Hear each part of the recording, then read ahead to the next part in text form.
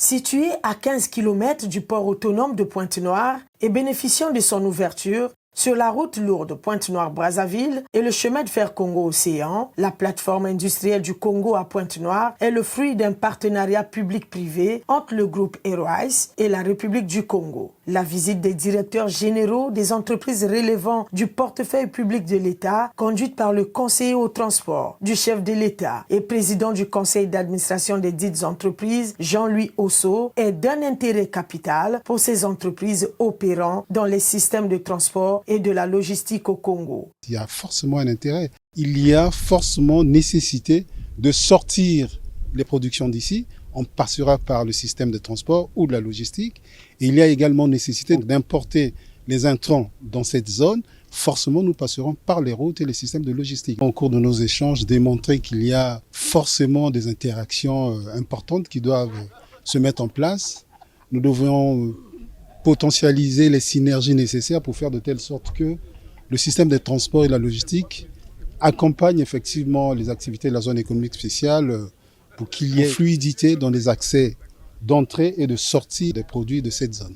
Première étape de leur visite dans la salle de réunion où l'occasion aura permis d'abord à chaque directeur général de présenter sa structure et son champ d'action avant le focus sur la vision globale et les objectifs de ce groupe spécialisé dans le développement des projets d'infrastructure en Afrique par sa directrice générale adjointe Danielle Sassou Nguesso. On ne peut que remercier Monsieur le Président du Conseil d'administration qui est donc à l'initiative de cette rencontre.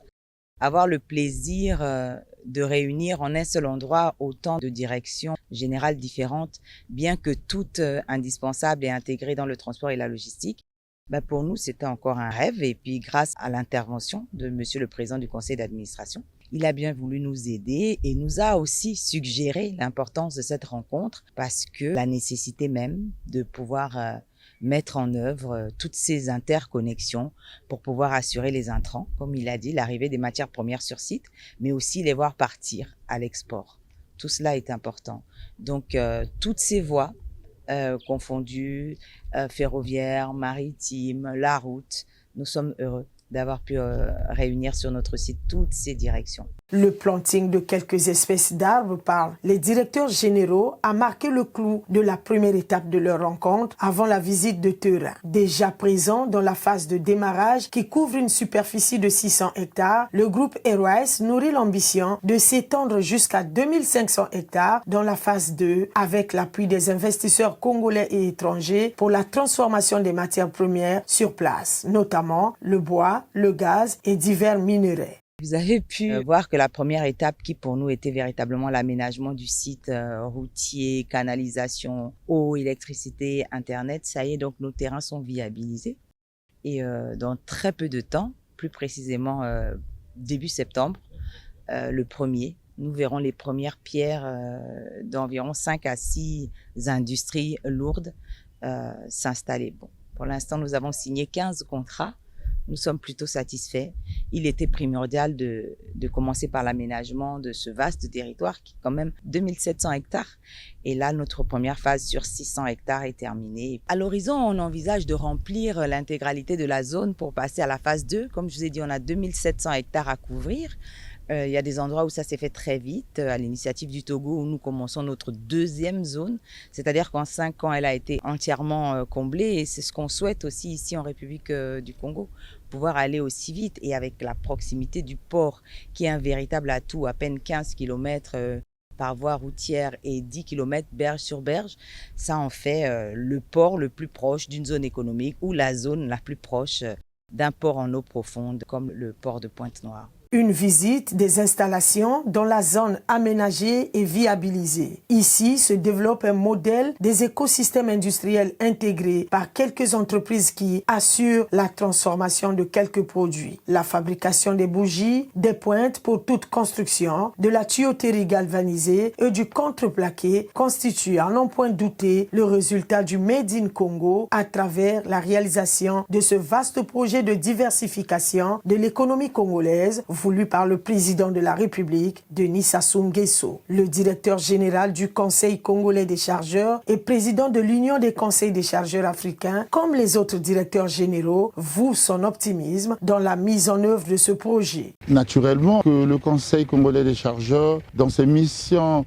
de la réalisation des infrastructures d'appui aux activités des chargeurs, il y a nécessité effectivement la construction des entrepôts, des hangars classiques et autres. Et quand nous voyons ces genres d'hangars classiques qui ont été construits pour le développement des activités de production, de transformation du bois, et c'est rassurant parce que, bien entendu, dans la mise en œuvre de la zone de libre-échange continentale, et nous avons intérêt effectivement à avoir des entrepôts, des magasins pour justement d'entreposer les produits qui doivent nous permettre effectivement d'intégrer le marché de la sous-région. Nous disons que l'intérêt est bien justifié parce que aujourd'hui le Congo a pris l'option de repositionner sa stratégie de développement en s'appuyant sur le secteur de la logistique et transport.